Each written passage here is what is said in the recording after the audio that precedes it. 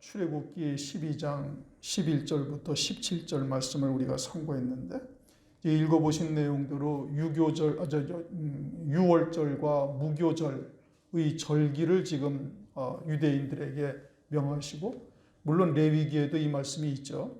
이제 출애굽기를 통해서 보다 더 조금 구체적인 내용들이 들어있으니까 유월절과 무교절을 이제 출애굽기의 말씀을 통해서 우리가 참고하려고 해요. 이제 오늘은 그래서 이제 유월절 예배를 드리는 것으로 우리가 하나님께 이제 감사 예배를 드리는데, 일반적으로 대부분 교회는 이 유월절 예배가 무엇인지 또는 유월절 절기가 무엇인지를 모르죠. 무교절도 더더욱 모르고, 그리고서는 이제 이번 주일날을 그냥 부활주일이다. 이미 이제 우리 교회에서는 여러 차례 얘기한 것처럼 부활주일이라는 것은 성경상 명칭이 아니다. 제가 이제 여러 차례 말씀드렸어요. 이제 그 근거가 뭐냐? 그것은 부활절이라고 이야기를 하면서 영어로는 뭐라고 쓴다고 그랬어요? 이스터데이라 이런 말입니다. 이스터데이.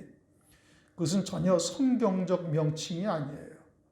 우리는 부활절이지만 미국이나 유럽 사람들은 다 이스터데이라고 하는 거예요. 성경에는 이스터데이라는 것이 없어요. 그런데 이 이스터라는 것이 뭘 말하는가 하면은 이제 사사기 2장 13절을 보면 아스다롯이라는 이스라엘 백성들이 가나안 땅에 들어가서 처음 섬기는 우상이 아스다롯, 바알과 아스다롯을 섬겨요. 그 아스다롯은 우리가 이제 한글화 표기를 해서 아스다롯이라고 기록되어져 있는 것이고, 실제로는 뭐냐면 아람어가 이시타르라는 겁니다. 이시타르. 그러니까 이시타르라는 이 아람어가 영어화돼 가지고 이스터가 된 거예요. 그런데 오늘날 교회가 그것이 무엇을 의미하는지를 깨닫지 못하고 전부 다 그냥 이스터데이, 부활절 그렇게 이야기를 하면서 이제 달걀 삶아 먹잖아요. 이게 달걀 귀신 섬기는 이방 신앙의 행위를 오늘날 교회가 이게 뭔지도 모르고 그냥 전통이다라는 말을 붙여가지고 그냥 그대로 답습하고 있는 것이 오늘날 현실이에요. 성경에서 뭘 말씀하시는지를 바르게 볼 수 있어야 되는데, 아무리 성경을 읽어도 그런 게 보이질 않습니다. 이게 머리에 딱 박혀가지고, 그러한 전통과 교리가 머리에 딱 박혀가지고 뭘 말하는지를 모르죠. 그러니까 이제 유월절 그러면은 이제 또 이게 또 생경스러운 거예요. 왜요? 일반적인 교회에서 안 하니까. 그리고서는 저기 누구냐? 안상홍 교주로 있던 그것이 오늘날은 하나님의 선교 교회라고 그러나? 그러면서 걔네들은 또 유월절을 엄청난 명절로 쳐요. 유월절이 뭔지도 모르고 사이간 유월절 명절을 그들은 또 지키고 있어요. 그러니까 이제 유월절이라는 것이 이거 이단들이 얘기하는 거 아니야? 이제 이렇게 얘기를 하면서 이제 유월절이라는 단어를 아주 이상하게 보고 그리고 이제 정죄하는 것이 이제 오늘날의 실상이에요. 그럼 우리는 왜 유월절을 우리가 이렇게 이름을 붙여가면서 드리는 이유가 뭐냐? 오늘 12장 14절을 보면 뭐라고 말씀하셨어요?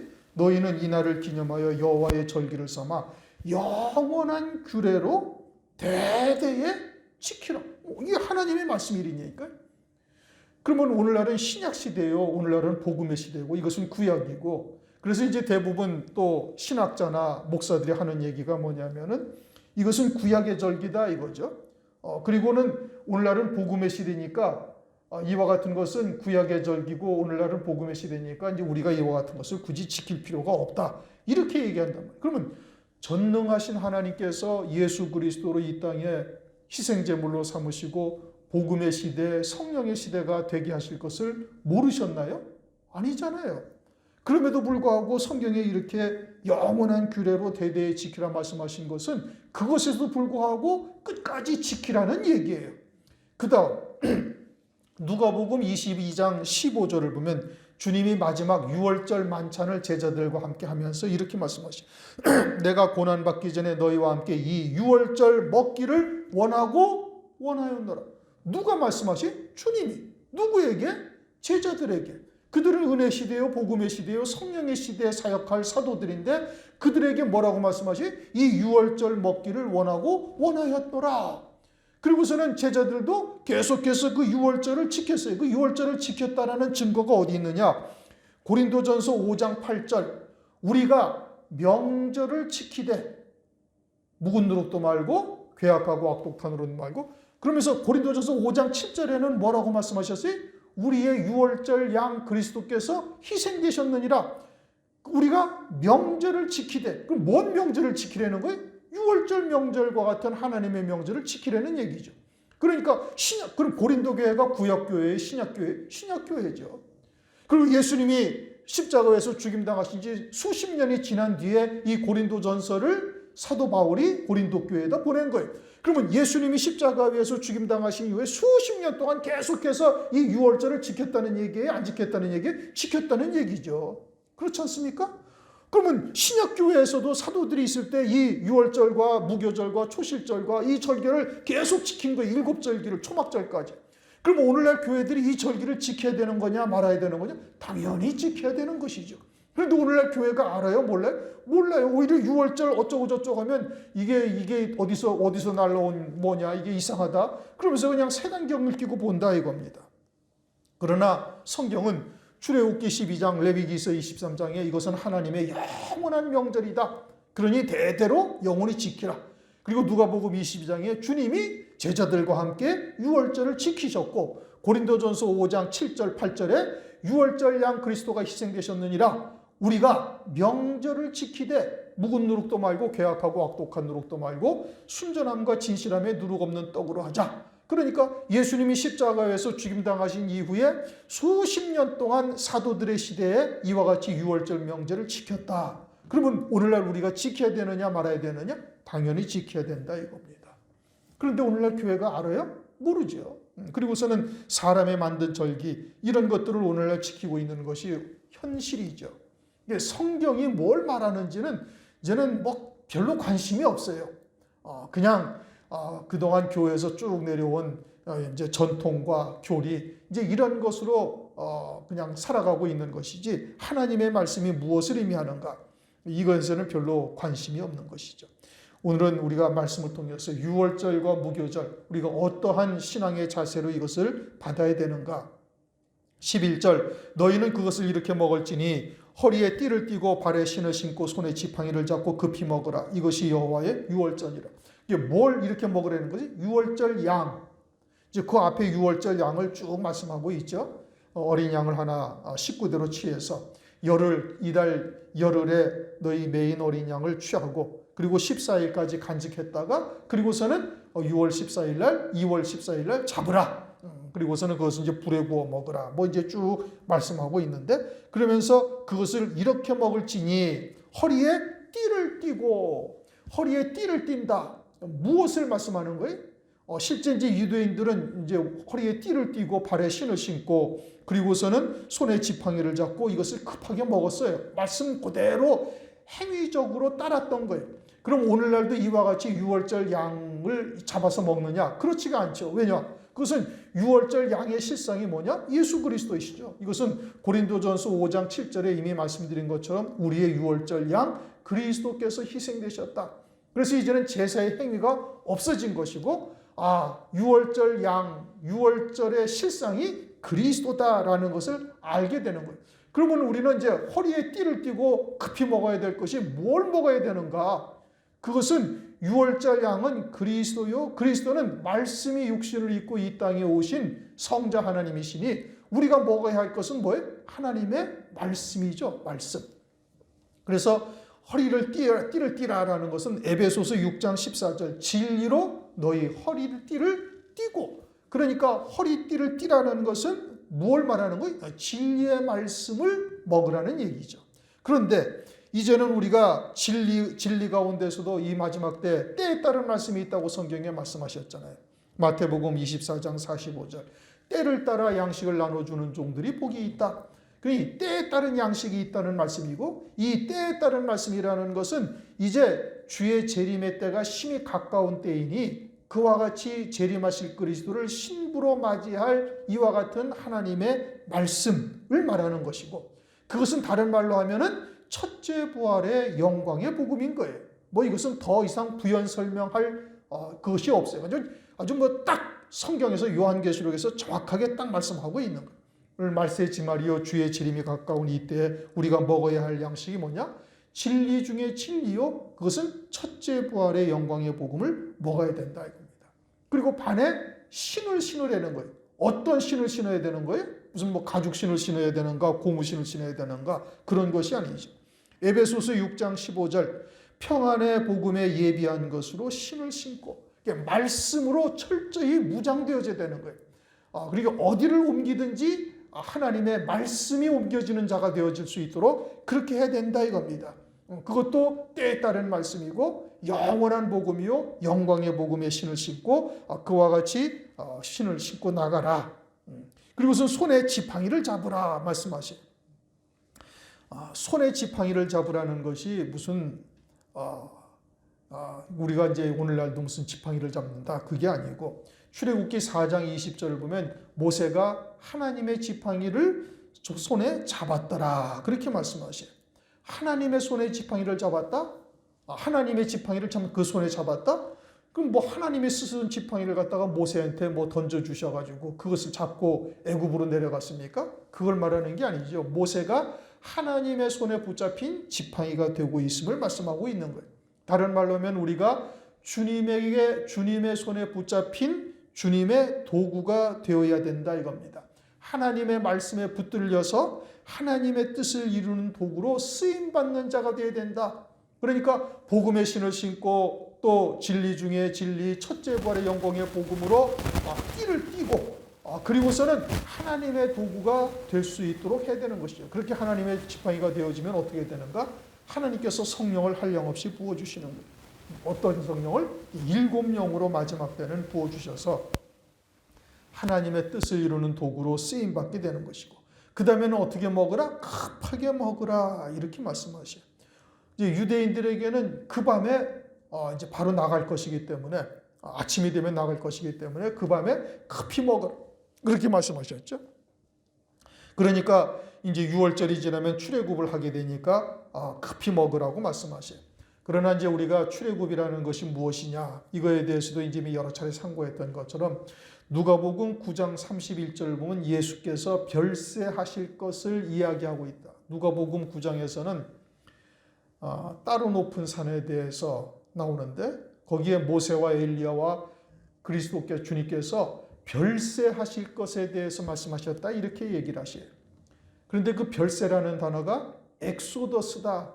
출애굽기라는 이 두 번째 성경책의 이름이 엑소더스거든요. 그러니까 출애굽이라는 것이 별세하실 것, 다시 말하면 육체의 장막을 벗는 것이 우리들에게는 출애굽이 되고 있음을 말하고 있어요. 그래서 베드로후서 1장 15절에도 베드로가 나의 떠난 후에라고 말하는데 거기에 떠나다라는 이 단어도 똑같이 엑소더스라는 단어를 썼어요. 그러니까 베드로가 육체의 장막을 벗고 이제 순교할 때가 되어졌는데 그와 같은 것이 뭐라는 거예요? 출애굽이다 이겁니다. 우리도 오늘날 말세의 지말을 살고 있잖아요. 뭐 다 아시다시피 무화과 나무의 비유가 이미 이루어졌고 이제는 환란의 때가 이제는 곧 다가올 이 임박한 때를 우리가 살아가고 있어요. 환란의 때는 우리가 신앙의 정절을 이 믿음을 끝까지 지켜나간다면 어떤 일이 벌어지는가? 예수의 증거와 하나님의 말씀을 인하여 목배임 받는 자리에까지 서게 되는 것이고 그것은 곧 우리들에게 뭐를 이루는 거예요? 출애굽의 은혜를 우리에게 하게 하시는 겁니다. 오늘날 그와 같은 일들이 우리에게 다가올 것을 믿음으로 대비하고 그것을 소망하며 살고 있어야 되는 것이죠. 그러니 이와 같은 때에 따른 말씀을 우리가 어떻게 먹어야 되는가? 급하게 먹어야 된다. 12절 내가 그 밤에 애굽 땅에 두루다니며 사람과 짐승을 물어나고 애굽 나라 가운데 처음 난 것을 다 치고 애굽의 모든 신에게 벌을 내리리라. 나는 여호와라. 애굽의 모든 초태생, 즉 바로 왕의 장자로부터 짐승의 초태생까지 다 이제 주님께서 그들에게 벌을 내리라. 그것을 다 치겠다, 죽이겠다 이거죠. 그러면서 뒤에 말씀하시기는 뭐라고 말씀해요? 애굽의 모든 신에게 벌을 내리리라. 그렇게 말씀하셔요. 실제로는 누가 죽는데? 사람이 죽고 짐승이 죽는데 애굽의 모든 신에게 벌을 내리리라. 이렇게 말씀하셔요. 요한복음 10장 34절 보면은 이렇게 말씀하십니다. 예수께서 가라사대 너희 율법에 기록된 바 내가 너희를 신이라 하였노라 하지 아니하였느냐? 성경은 폐하지 못하나니 하나님의 말씀을 받은 사람들을 신이라 하셨거든. 이거는 시편 82편 6절에도 우리를 신들이다, 지존자의 아들이다 이렇게 말씀하시는데 왜 그렇게 말씀하시는가? 그건 하나님의 말씀을 받은 자들이기 때문에 그러다 이겁니다. 왜요? 하나님의 말씀이 영원한 생명이기 때문에. 그러니까 그 영원한 생명으로 사는 자가 되어져 있으면은 그들을 하나님께서는 신이라고 이야기를 하시는데 그 하나님의 말씀을 받은 자들을 신이라고 이렇게 말씀하셨다 이겁니다. 그러면 이와 같이 미혹의 말, 마귀의 거짓말을 받아 사는 자들은 뭐가 되는 거예요? 그건 귀신들이 되는 것이죠. 그러니까 애굽의 신에게 벌을 내리라는 것이 실제적으로는 애굽에 있는 모든 장자 그리고 초태생 그들을 다 쳐서 죽이신 것인데 그것들을 뭐라고 부르시는 거예요? 애굽의 모든 신이다. 이렇게 말씀하시고 그것들에게 벌을 내리셨다. 쳤다라고 말씀하고 있는 것이죠. 이것은 장차 환난 날에 이와 같은 사망이 그들에게 이르게 되어질 것을 우리에게 그림자로 보여주시는 것이죠. 하나님의 자녀임에도 불구하고 애굽에 속한 신앙이 되어져서 그곳에서 벗어나지 못하고 있는 자들은 그들은 이와 같이 사망에 이르게 되어질 것을 멸망에 이르게 되어질 것을 계시하고 있는 겁니다. 13절 내가 애굽 땅을 칠 때에 그 피가 너희의 거하는 집에 있어서 너희를 위하여 표적이 될 자라. 내가 피를 볼 때에 너희를 넘어가리니 재앙이 너희에게 내려 멸하지 아니하리라. 너희는 이 날을 기념하여 여호와의 절기를 삼아 영원한 규례로 대대에 지킬지니라. 그래서 유월절 양이 이제 표적이 되어져서 유월절 양의 피를 문 인방과 문 설주에 바른 집은 사망의 권세가 그냥 넘어가겠다. 이제 이렇게 말씀하셔요. 그래서 유월절 양의 피를 바른 이스라엘 집은 개도 혓바닥을 움직이지 아니하였더라. 아무도 사망의 권세에 치여서 죽임당하는 자가 짐승이나 사람이나 아무것도 없었음을 말씀하고 있는 거예요. 그것은 이제 장차 우리가 이와 같이 예수 그리스도 안에서 이와 같은 은혜가 있음을 말씀하고 있는 겁니다. 그런데 이제 우리가 이 유월절을 이제 조금 깊이 볼 수 있어야 되죠. 오늘 이 유월절 날 이제 예수님은 아침 9시경 십자가에 달리셔서 오후 3시까지 거의 6시간 동안을 고통을 당하시다가 죽임을 당하셨어요. 피와 물을 다 쏟으시고 고통당하시다가 죽으시죠. 그러면 예수님이 그와 같은 흉악한 죄인이기 때문에 그러한 어마어마한 십자가에 처형되는 이와 같은 저주받은 처형을 받으셨는가? 그것은 아니다 이겁니다. 예수님은 하나님의 아들이시고 의로우신 분이시죠. 그런데 그가 그와 같이 십자가에 큰 고통을 당하신 것은 결국은 우리의 죄와 허물로 인함인 것이죠. 그래서 이사야서 53장 5절 그가 찔림은 우리의 허물을 인함이요 그가 상함은 우리의 죄악을 인함이라. 그가 징계를 받음으로 우리가 평화를 누리고 그가 채찍에 맞음으로 우리가 나음을 입었도다. 그러니 예수 그리스도께서 유월절 날 희생이 되신 거예요. 그래서 고린도전서 5장 7절 우리의 유월절 양 곧 그리스도께서 희생되셨느니라. 또 요한복음을 보면은 요한복음 1장을 보면은 이튿날 세례 요한에게 세례를 받을 때 세례 요한이 뭐라고 얘기해? 보라 세상 죄를 지고 가는 하나님의 어린 양이로다. 그러니까 예수님이 유월절 양으로 우리의 모든 죄를 담당하시고 십자가 위에서 죽임당하셨음을 말씀하고 있는 것이고 그 예수 그리스도를 우리가 믿음으로 말미암아 사망의 권세, 죄와 사망의 권세가 그대로 넘어갔음을 말씀하고 있는 거예요. 그리고 이제는 예수 그리스도가 그와 같이 십자가에서 죽임당하신 것은 예수님의 죄가 아니라 우리의 죄다. 그러니 우리의 육체가, 우리의 정과 욕심이, 우리의 옛사람이 예수와 함께 십자가에 못 박혔음을 우리가 믿는 거예요.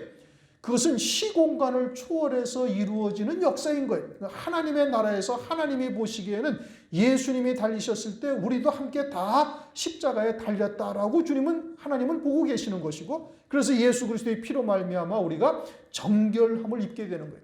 아주 죄가 하나도 없는 자처럼 하나님께서 우리를 보시는 것이죠. 아울러서 우리는 예수 그리스도를 믿는 믿음으로 이 땅에 살아야 할 의무가 있는 거예요. 왜요? 우리는 그리스도의 것이 되어져 있기 때문에.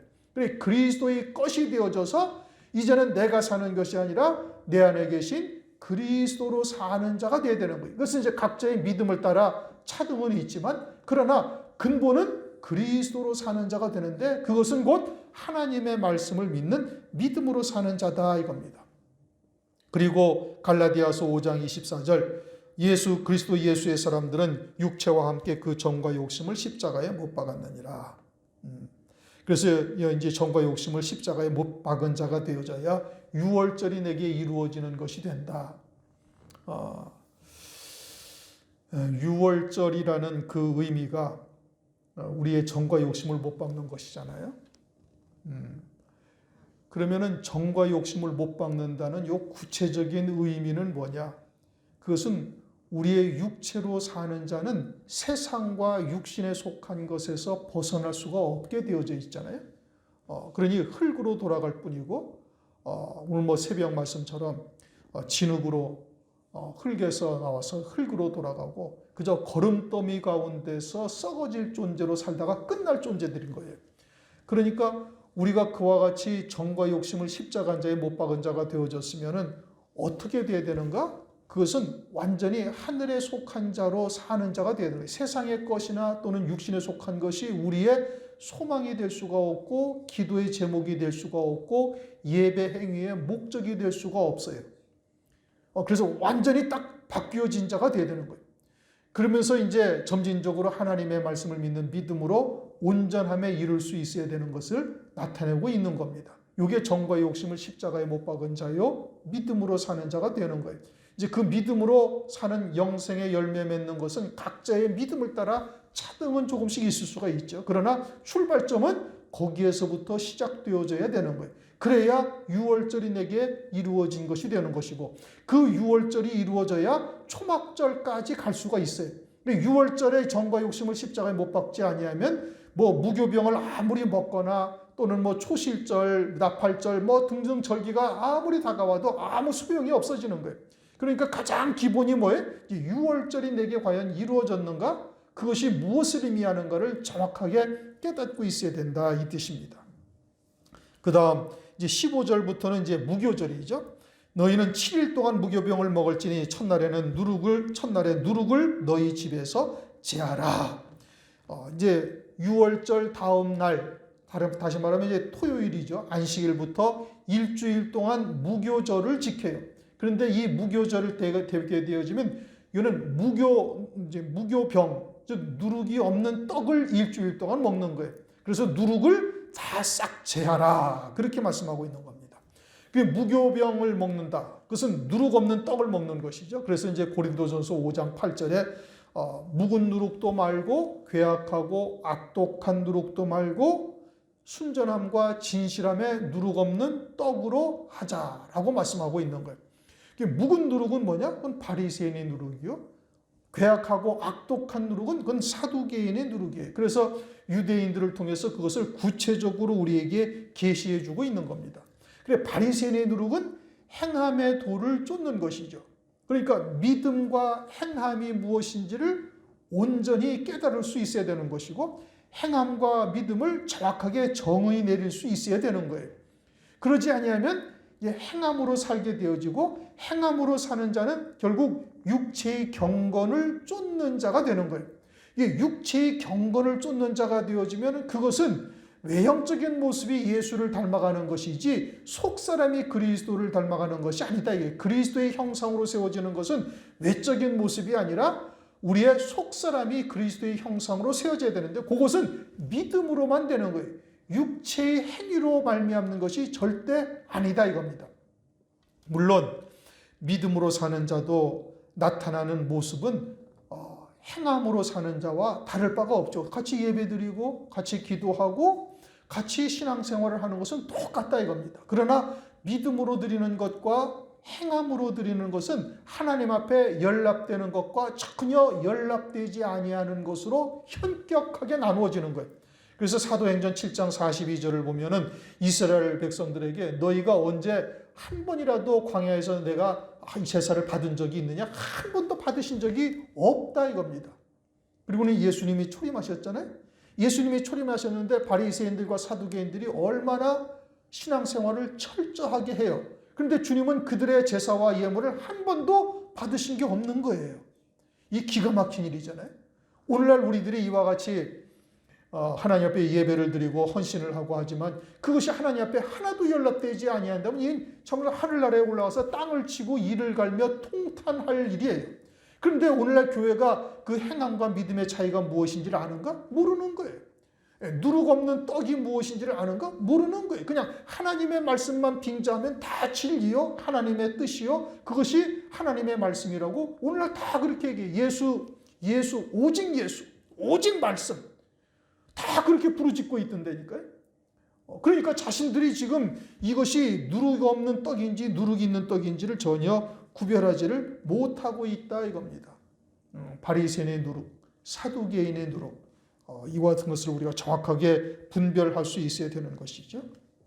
안 그러면 예수님 당시의 유대인들처럼 주님이 사람의 계명으로 헛되이 경배하고 있다고 책망을 하셨고 그 말씀 그대로 그들은 예수님을 그리스도로 영접지 아니하고 오히려 하나님의 이름으로 신성모독죄를 걸어서 십자가에 못 박아 처형하는 이 웃지 못할 일이 벌어진 거예요. 그리고는 오늘날 또 똑같은 일이 또다시 반복되는 겁니다. 그래서 성경에서 말씀하시는 사랑이 세상에서 말하는 사랑과 다른 거예요. 성경에서 말씀하시는 간음, 살인죄, 도적질이 세상에서 말하는 살인, 간음, 도적질과 전혀 다른 의미예요. 성경은 영생에 관한 말씀이요 하나님 나라에 관한 말씀이에요. 근데 전부 다 대부분 다 교회들이 어떻게 그냥 사전적인 해석 또는 세상의 이치나 논리로 해석을 다 해버리는 거예요. 성경에서 말씀하시는 사랑이나 성경에서 말씀하시는 선이나 세상에서의 사랑이나 세상의 선과 다를 바가 없이 그렇게 다 해석을 해버린다 이겁니다. 그렇게 되어지면 사람들은 듣기가 훨씬 쉽죠. 그러나 그것을 성경에서는 뭐라고 말해? 세상에 속한 말을 하고 있다. 그래서 요한일서 4장 5절 6절 저희가 세상에 속한 고로 하며 세상에 속한 말을 하니 세상도 저희 말을 듣느니라. 이것은 진리의 영이 아니라 미혹의 영이다. 미혹의 영이라는 말은 부드럽게 하신 말씀이죠. 그것을 구체적으로 말하면 뭐예요? 귀신에게 잡힌 자들이다. 이런 뜻인 겁니다. 요한복음 8장 44절에도 주님께서 유대인들을 너희는 너희 아비 마귀에게서 났다. 뭐 독사의 새끼다. 뭐 해칠한 무덤이다. 어마어마한 책망을 하시는 거예요. 진리가 무엇인지를 우리가 듣고 있다. 그리고 이러한 사람의 계명이 무엇인지를 들으면 우리가 분별할 수 있어서 이와 같이 무교병과 유교병을 분별할 수 있다. 이건 어마어마한 하나님의 은혜를 우리가 입은 겁니다. 천국의 제자된 서기관들은 그와 같이 옛것과 새것 또 요한복음 3장 34절에서도 하나님의 성령을 한량없이 부어주셔서 하나님의 말씀만 한다. 구약과 신약의 말씀을 짝을 맞추어서 오직 하나님의 뜻이 무엇인지를 바르게 나타내시는 것이죠. 그와 같은 것이 오늘날 우리들이 잘 분별할 수 있어야 되는 겁니다. 우리가 유교병과 무교병이 무엇인지를 정확하게 분별하지 못한다면 아직은 온전한 진리의 빛을 받고 있지 못하다라고 이야기할 수 있어요. 최소한도 우리 교회에서는 그와 같은 이제 신앙은 이제 없어야 되겠죠. 우리가 매일 듣는 말씀이 그와 같은 하나님의 좀 날선 검보다 예리한 하나님의 진리의 말씀인데 이러한 말씀을 듣고도 세상에 속한 말들이 무엇인지를 잘 분별하고 있지 못하다 그런다면 이거는 참 심각한 문제죠. 그러면 환난날에 여지없이 멸망하는 것이고 주의 재림도 그러면 믿지 않겠죠. 참 심각한 문제인 겁니다. 16절 너희에게 첫날에도 성회여 제7일에도 성회가 되리니 이 두 날에 아무 일도 하지 말고 각인의 식물만 갖출 것이니라. 첫날에도 아무 일 하지 말고 끝날에도 아무 일도 하지 말고 알파와 오메가가 하나님이신 거예요. 시작도 주님으로 시작되고 마무리도 주님으로 인하여 마무리가 되는 거예요. 이게 멜기세덱으로 시작한 구원이 재림하실 그리스도로 다 이루어지는 겁니다. 성령 안에서 오늘날 그렇게 이루어가고 계시는 것이고, 각인의 식물만 너희가 갖출 것이니라. 각인의 식물은 각자 먹을 만큼의 식사의 양을 갖추라. 믿음의 분량만큼 먹을 수가 있는 거예요. 로마서 12장 3절, 내게 주신 은혜로 말미암아 너희 중 각 사람에게 말하노니 마땅히 생각할 그 이상의 생각을 품지 말고 오직 하나님께서 각 사람에게 나눠주신 믿음의 분량대로 지혜롭게 생각하라. 내게 주신 믿음의 분량이 어디까지인가? 그것은 말씀을 통해 깨닫게 하신 그까지인 겁니다. 그리고 믿음의 열매를 맺는 거기까지가 내 믿음의 분량인 거예요. 그러니까 자신의 믿음의 분량을 잘 생각하고 믿음의 발걸음을 내디딜 수 있어야 되는 겁니다. 그렇게 해서 우리가 어린 양의 생명책에 속히 농명이 되어야 될 것이고, 재림하실 그리스도를 신부로 맞이하는 일에 부족함이 없어야 되겠죠. 17절, 너희는 무교절을 지키라. 이날에 내가 너희 군대를 애굽 땅에서 인도하여 내었음이라. 그러므로 너희가 영원한 규례를 삼아 이날을 대대로 지킬지니라. 그래서 영원한 규례를 삼아서 무교병을 계속 광야교회에서 먹는 것과 같이 무교병을 먹는 자가 되어지면 어디까지 이르는 거예요? 하늘의 군대까지 이르는 거예요. 지금 여기서 내가 너희 군대를 애굽 땅에서 인도하여 냈다? 그래서 무교병을 계속 먹는 하나님의 군대가 되어져 있으면 장차 어디까지 이른다고요? 하늘의 군대에 이르기는 거예요. 요한계시록 19장 14절, 하늘에 있는 군대들이 희고 깨끗한 세마포를 입고 백마를 타고 그를 따르더라. 이게 누구예요? 어린 양의 아내들이죠. 희고 깨끗한 세마포를 입고 주님의 뒤를 따르니 그들이 마치 흰 구름처럼 보이는 거예요. 그래 주님이 구름 타고 오신다라고 이제 사도행전 1장이나 요한계시록 1장에서 말씀하시는 것이 구름과 함께 오는데, 실제 구름을 타고 오시는 분이 아니라 이처럼 흰 말을 타고 희고 깨끗한 아주 빛나는 옷을 입고 오니까, 그러니까 마치 구름처럼 보이는 것이고 주님이 그들과 함께 오는 것이고, 그들은 주님에게 붙은 자요 첫째 부활의 영광을 입은 어린 양이 안에 그리스도의 신부가 되어지는 겁니다. 이제 장막절이 그들에게 그대로 이루어지는 것이죠. 그래서 유월절, 그리스도와 함께 우리가 죽었음을 믿어야 되는 것이고, 그 그리스도와 함께 죽었다라는 것은 철저히 땅에서 하늘로 바라봐야 되는 거예요. 전혀 우리가 소망하는 바가 확실하게 딱 바뀌어져야 되는 것이고, 그 믿음의 열매들이 우리의 삶 가운데, 언행 가운데 나타나야 되는 것이고, 그러한 자들은 계속해서 무교병을 먹어야 되는 거예요. 광야의 양식이 무교병이란 말이에요. 이게 무교병, 진리의 말씀을 먹는데 때에 따른 말씀으로 우리가 먹는 자가 되어지면 결국에는 어디에까지 이른다? 군대를 애굽 땅에서 인도해 냈다. 하늘의 군대에까지 이르게 되어지고, 그것은 곧 주님이 재림하실 때 흰말을 타고 희고 깨끗한 세마포를 입고 오는 하늘의 군대가 되어지고, 그들은 다른 말로 하면 어린 양이 안에 첫째 부활의 영광을 입은 하나님의 거룩한 성도들이 되는 거예요. 새 예루살렘 성의 영광을 누리는 자가 되는 것이죠. 하나님께서 우리들에게 일곱 절기를 주신 궁극적인 목적은 어디에 있어요? 장막절을 이루시기 위함인 거예요. 그래서 새벽에도 말씀드린 것처럼 장막절에 드려지는 예물이 6월절부터 속죄일까지 6절기에 드렸던 모든 예물을 합한 것보다 장막절 요 한 절기, 초막절 한 절기에 드리는 예물이 훨씬 많습니다. 민수기에 나와 있는 그 숫자를 한번 헤아려 보세요.